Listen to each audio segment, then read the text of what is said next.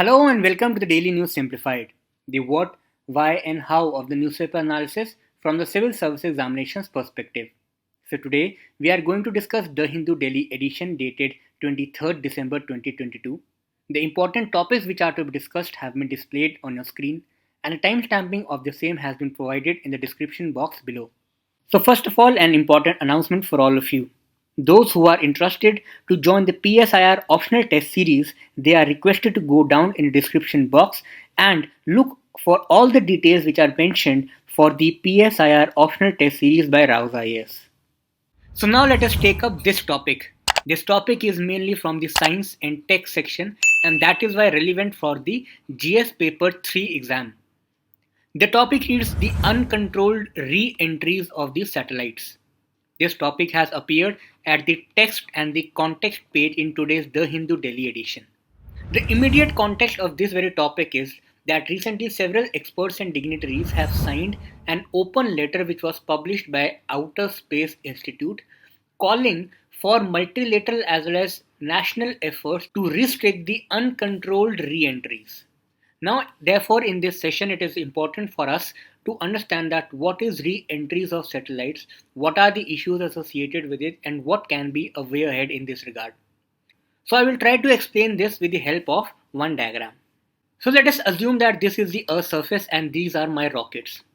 Now, obviously, because I am not from ISRO, so my rockets will look like in this manner only. Okay. So, the diagram is poor, but it will help you to understand the concept. Okay. So let us assume that this is the Earth's surface and this topmost blue layer is the atmospheric layer. This is the orbit in which this satellite has to revolve. Okay, so I have ignited my rocket. The rocket is moving in the vertically upward direction, which is against the gravity, and it is also penetrating the atmospheric layers. A time will come when it will cross this particular atmospheric layer and then it will try to move under the influence of the gravitational forces of various other objects which are there in the space. This rocket is also carrying a satellite with it. And because of all the programs and all the hard work which the scientists put, this rocket is directed towards a predetermined path in the orbit where it releases the satellite and the satellite starts revolving in the orbit. So as you all know that there are various stages in the rocket. Sometimes the combination is like solid, liquid. Sometimes we use cryogenic fuels. So what happens is that after each and every stage, once it is passed, there are certain parts of the rockets which are released into the space. Then it moves further to the next stage. Again, certain parts are released into the space. This is how the rocket progresses from the Earth's surface towards the final orbit where it has to release its satellite. Now, what do you think that what happens once the rocket has transmitted a satellite into the orbit? So, it has to fall back again. If it does not fall back again, then it forms as a part of space debris, space waste. Now, we all are aware about various plastic wastes, biomedical wastes, nuclear wastes which are there on the Earth's surface. But the humans are not just polluting the earth, they are also polluting the atmosphere and they are also polluting the outer space. So these space debris are left in the orbit which obviously needs to be cleaned up. So what are the ways through which we can clean up? One way is that with the help of certain programs, if we are able to reduce the velocity of these space debris, then obviously their angular velocity will reduce, right? If their angular velocity is getting reduced, then a time will come when they will come out of this orbit and then again they will fall back into the Earth's atmosphere. So now, because of the various layers, pollutants, gases which are present in the atmospheric layers, this produces a frictional effect. And because of this friction, a heat is generated. And because of this heat, the falling rocket particles or the satellite or the space debris, they get burned up. And this is how we plan to clear the space debris, or this is how we plan to clear the rocket parts which are falling back to the Earth atmosphere. This falling back into the Earth's atmosphere, this process is known as re-entry. So that is why the topic read the uncontrolled re-entries of satellites. But till now, the things which we have discussed, we feel that everything is okay because the rockets which are entering back to the atmosphere, they will get burned up, and that is how the space debris will get removed.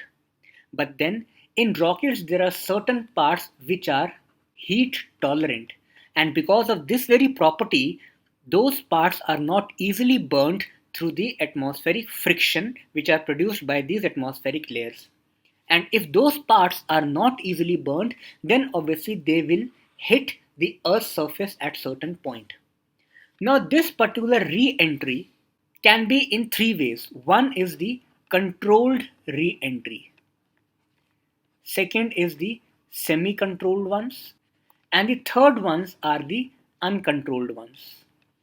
So obviously, as the names are suggesting, the controlled re-entries will be that the scientists have predicted the exact point, for example, this very point where this re-entry of this rocket particle will impact or will have a direct hit.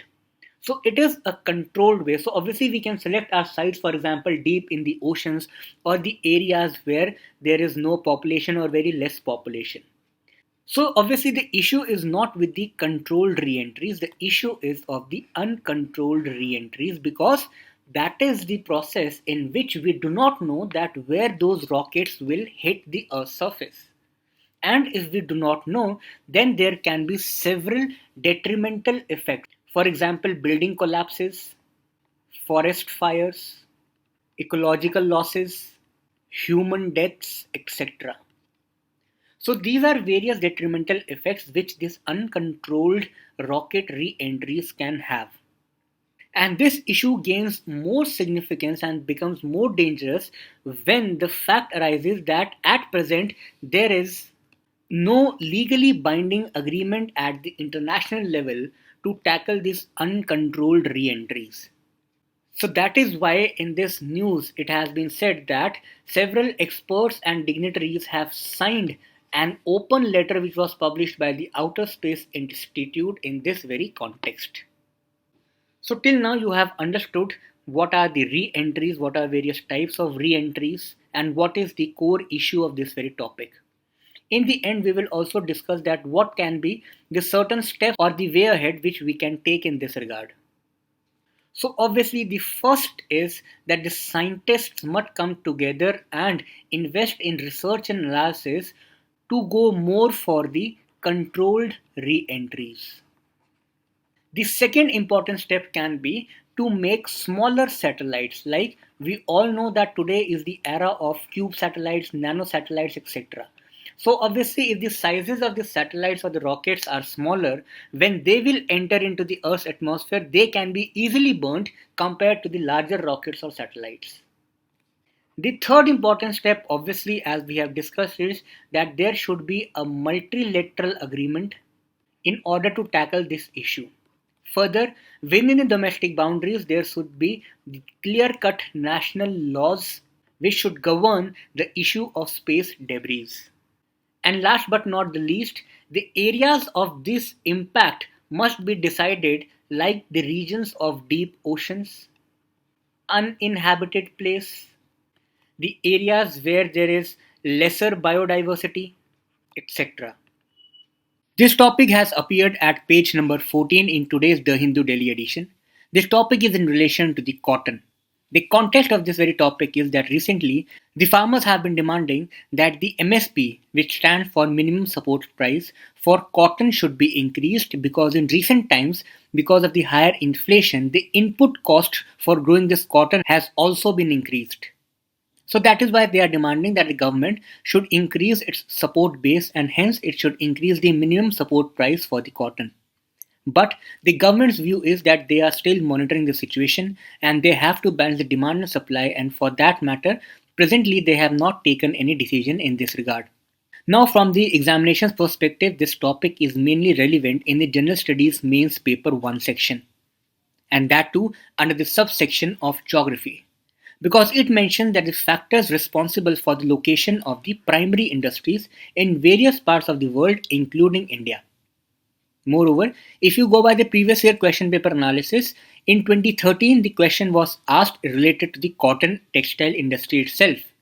The question asks you to analyze the various factors which are responsible for the highly decentralized nature of the cotton textile industry in India.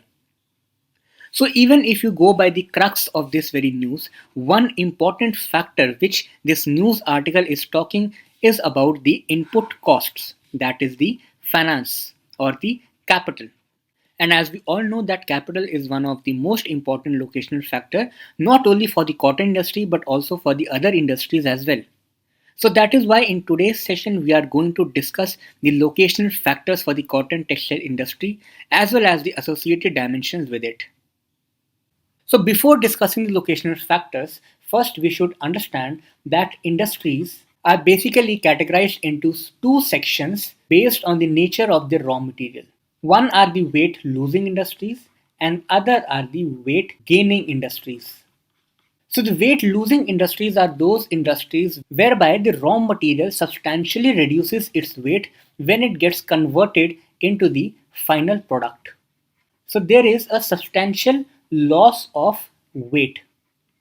And that is why, in order to reduce the transportation cost, the weight losing industries are situated in close proximity to the raw material. For example, iron industries.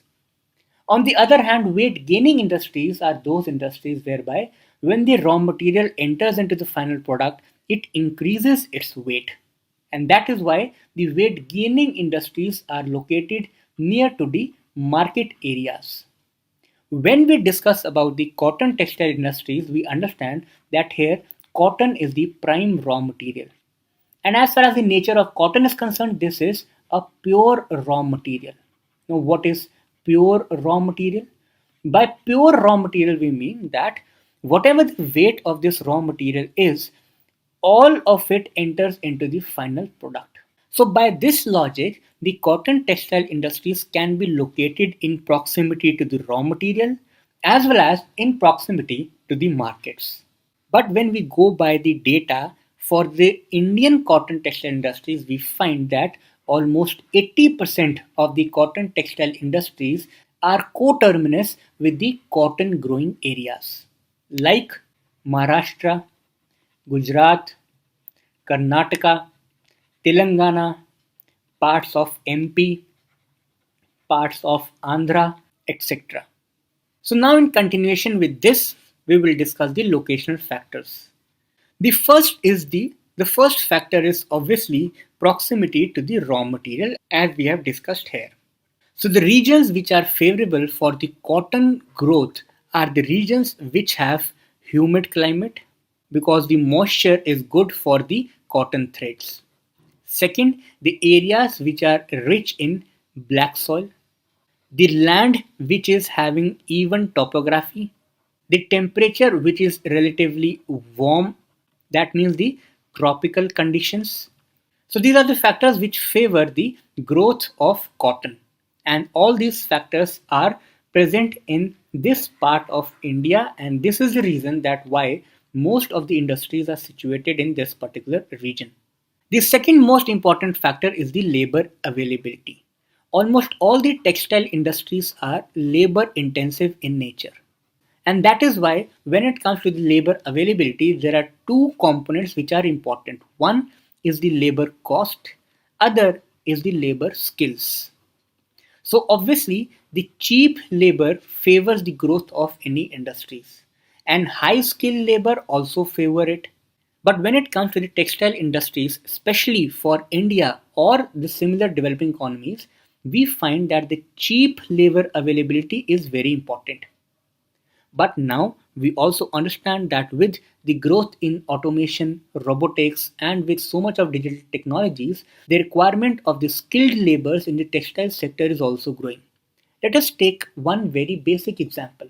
Now, for the success of any industry, the profit is must. And to gain the profit, the selling of the product is must. And for that selling, marketing and promotion of that very product is required. And in today's world, when everything is going digital, the scope of digital marketing has increased. So that means in order to tap the true market potential and in order to sell the products of very high volume, the digital marketing for the cotton products will be required. And for this digital marketing, obviously, the skilled laborers will be required. The third important factor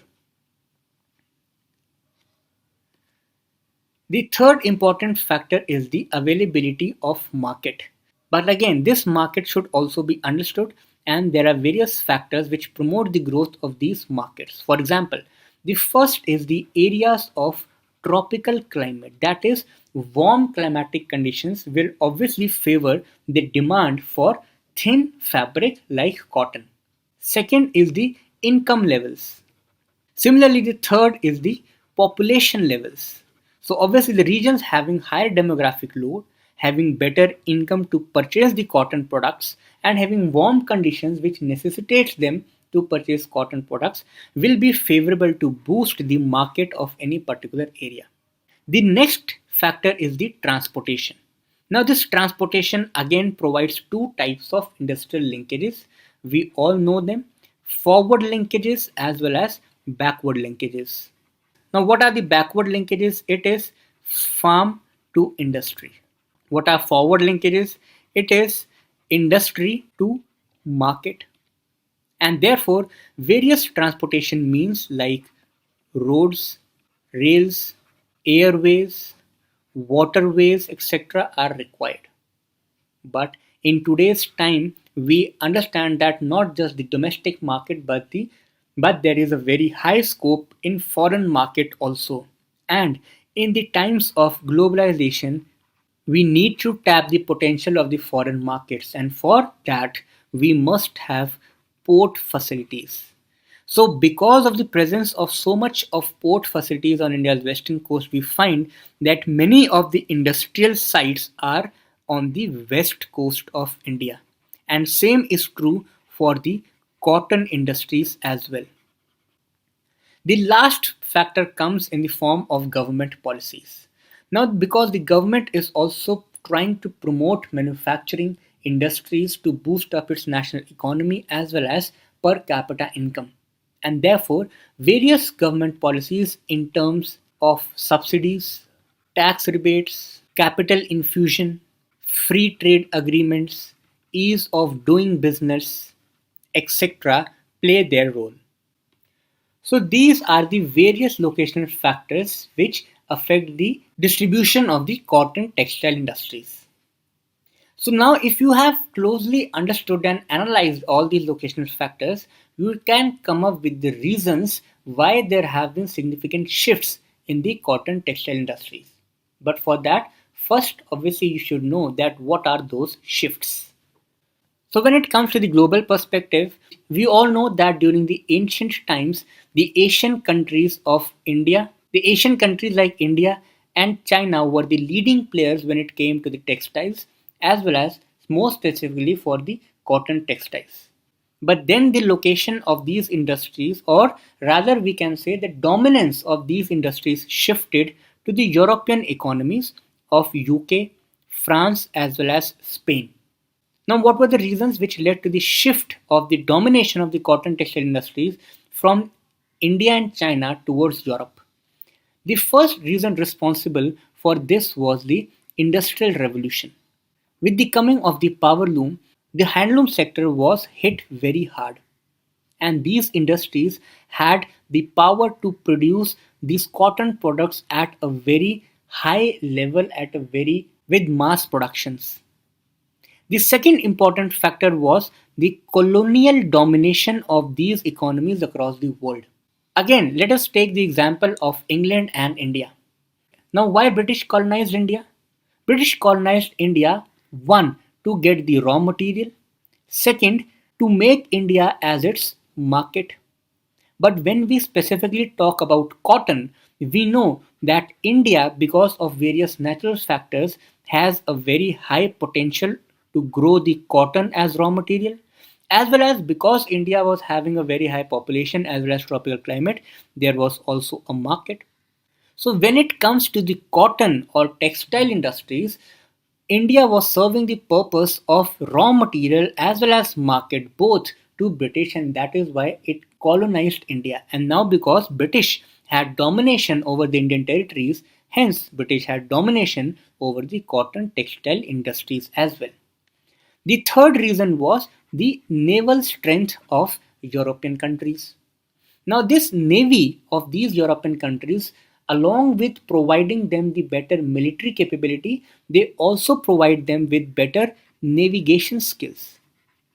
So now they can collect the raw material from across the world, they can sell their final products also across the world, and because of this better transportation facilities with them, they gained the control.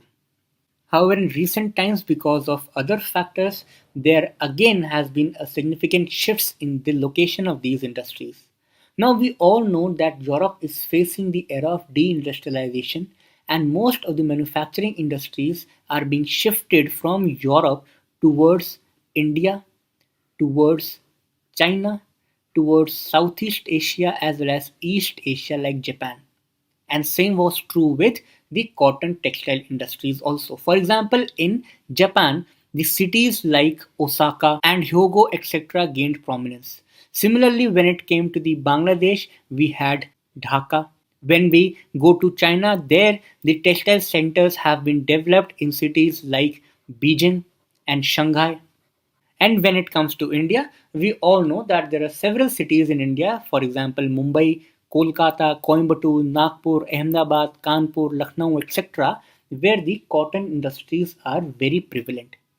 The reasons for this shift are somewhat different and unique from these factors.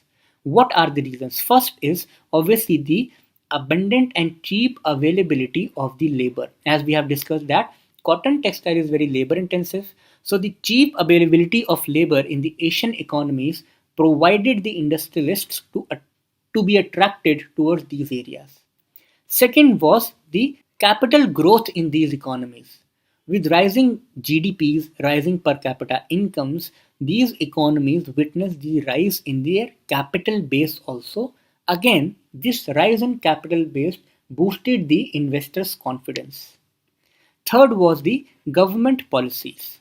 For example, countries like India and Bangladesh excessively are focusing towards ease of doing business policies. Countries like China have invested a lot in establishing their own domestic manufacturing hubs.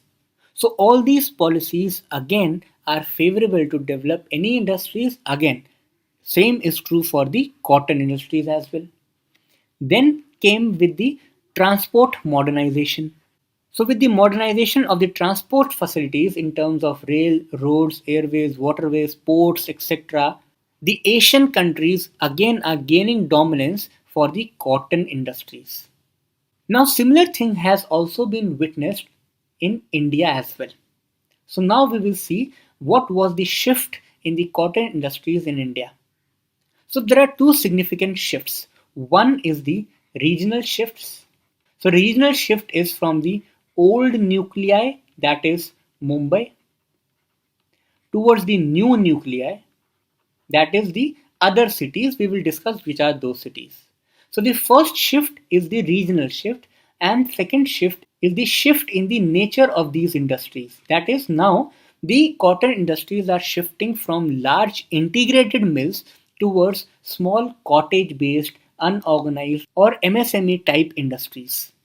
So earlier, one city, that is Mumbai, or more specifically the Maharashtra region, was the most dominant region when it came to the cotton textile industries, obviously because of the presence of the cotton growing areas.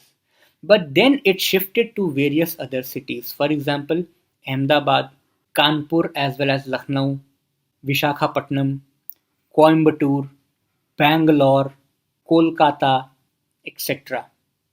Now, the reasons responsible for this were very unique. For example, the reason for the shift of cotton industries in Kanpur and Lucknow was growth in the capital base. In Kolkata, it was the provision of the port facilities. The same was true for Vishakhapatnam also. In Ahmedabad, the reason was high availability of entrepreneurship skills. In Bangalore, the reason was high demand, that is, high market, because Bangalore emerged as an IT hub. In Coimbatore, the reason was the clothing patterns because they are having tropical climate. So these were various factors which led to the regional shift from the old nuclei towards the newer cities as far as the cotton industries are considered. So again, here I am repeating this point that these are the shifts in the cotton industries from the global as well as India's perspective. But the reasons for these shifts are somewhat lying in the basic locational factors which affect the distribution of the cotton industries. If you understand these very factors, you can come up with the reasons for any shifts in any industries. And therefore, we will revise the locational factors in brief once again. The first locational factor was the proximity to the raw material, that is, the areas which have these particular conditions are more favorable or are more natural to grow the raw material, that is, cotton, and hence they will attract the industrial establishments in that region also. Second, because of the labor intensive nature of the textile industries, the cheap as well as skilled labor are highly useful for the cotton industries. Then we discuss the market factor. Obviously, the higher market will provide the industries the higher potential to sell their products and to gain more profits. Then we discuss the transportation facilities in terms of roads, rail, airways, waterways, etc., which provide forward as well as backward linkages for these cotton textile industries. And in the last, we discuss how government policies like subsidies, tax rebates, capital infusion, FTAs, ease of doing business, etc., play their role in distributing the cotton industries in a particular region. Now, this topic we will study mainly from the prelims perspective. The topic reads Needs a taxonomy, definitions to avoid the greenwashing. And this is the very context of this news article because the Reserve Bank Deputy Governor M. Rajeshwar Rao has said that the present needs is that we require a clear-cut definitions over the green finance. That what do we exactly mean by green finance? And this is to require to avoid the risks of greenwashing. Now, this topic has appeared at page number 14, but it is an important topic because in prelims examination, all of us know that every year there are 2 to 3 questions which are asked related to the terminologies which are there in the newspapers in the recent times. And the greenwashing is one of those important terminologies. Now, that is why we should understand what do we exactly mean by greenwashing.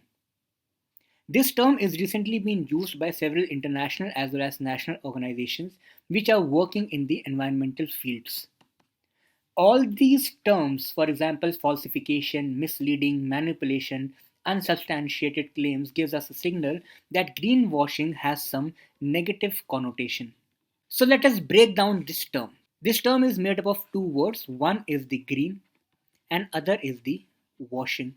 So this term basically means that you are washing away the reality and making it to be seen as a green.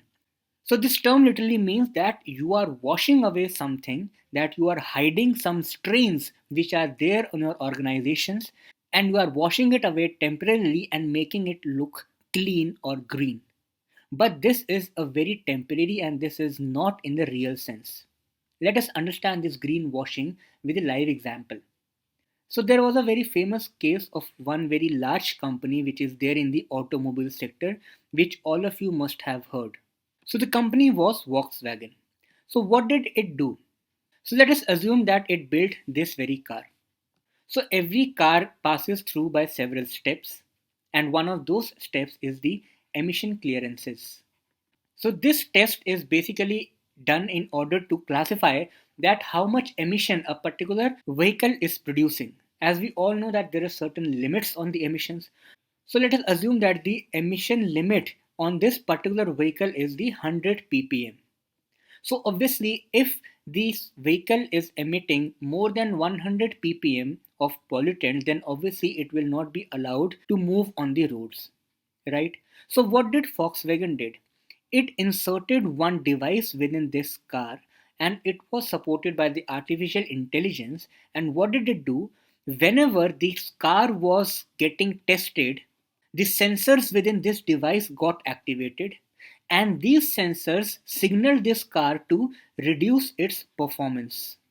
And as the performance of this car reduced, the pollutants which were being emitted also got reduced because now the car was not performing at its maximum level. But in reality, when let's say I will drive this car, then obviously that car will be performing at its maximum level and hence the pollutants emitted will also be maximum. But only when it was getting tested, these sensors got activated and the car reduced its performance. So this is one example of Volkswagen.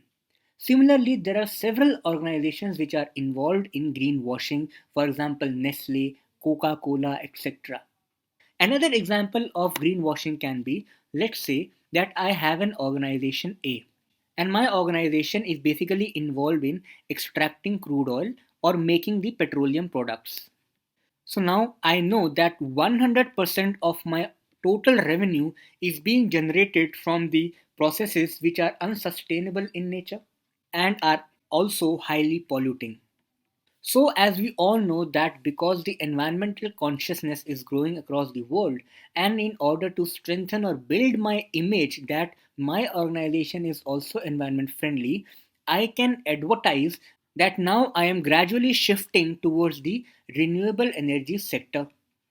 So, with the help of my marketing skills and advertisement, I will market this very perception of mine, and it can eventually lead to build my image as environment friendly organization.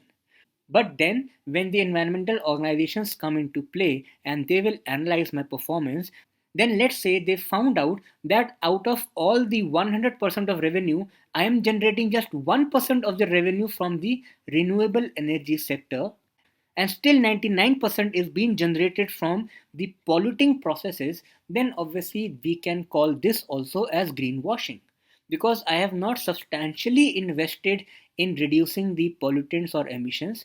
The thing which I have done is that just in order to manipulate or mislead the market, I have just made the cosmetic changes.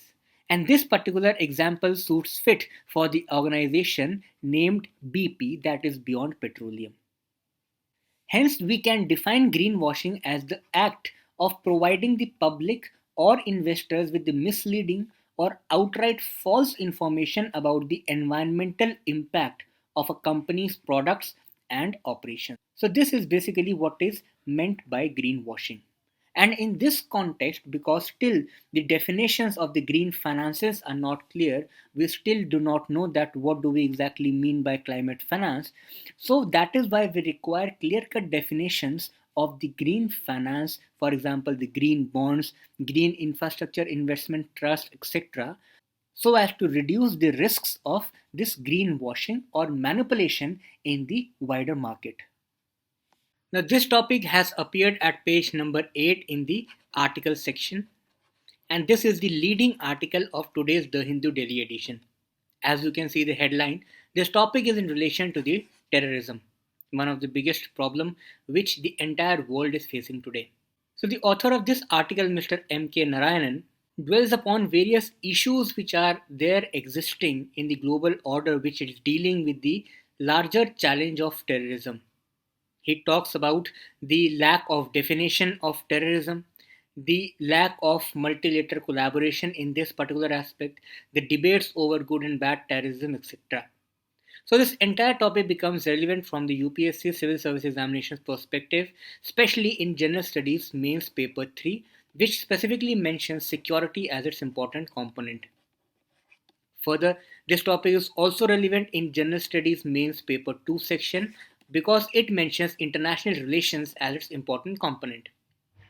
So, in order to understand the various dimensions associated with the terrorism, for example, definition, challenges, effects, the steps which are taken or the steps which can further be taken, to understand all these dimensions, you are advised to go back to the DNS dated 19th November 2022.